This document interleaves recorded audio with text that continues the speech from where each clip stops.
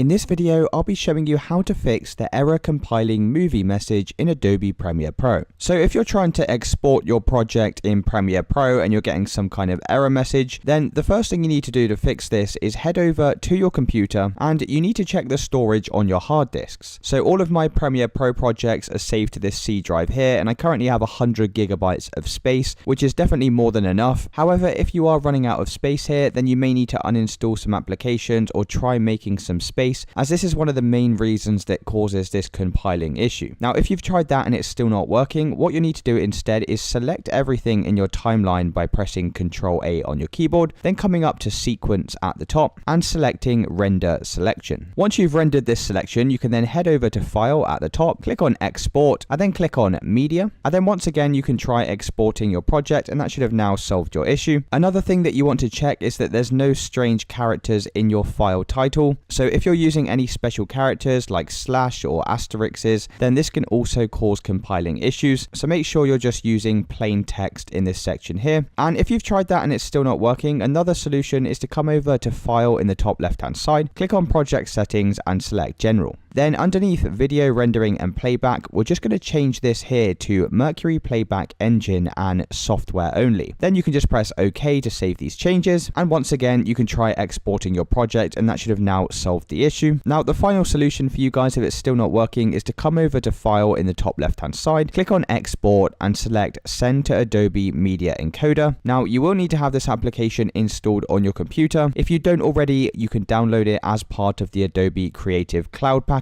And this is another way that you can fix any exporting issues. So it's really as simple as that, guys. If you did find this video helpful, then let me know in the comments below and I'll see you in the next one.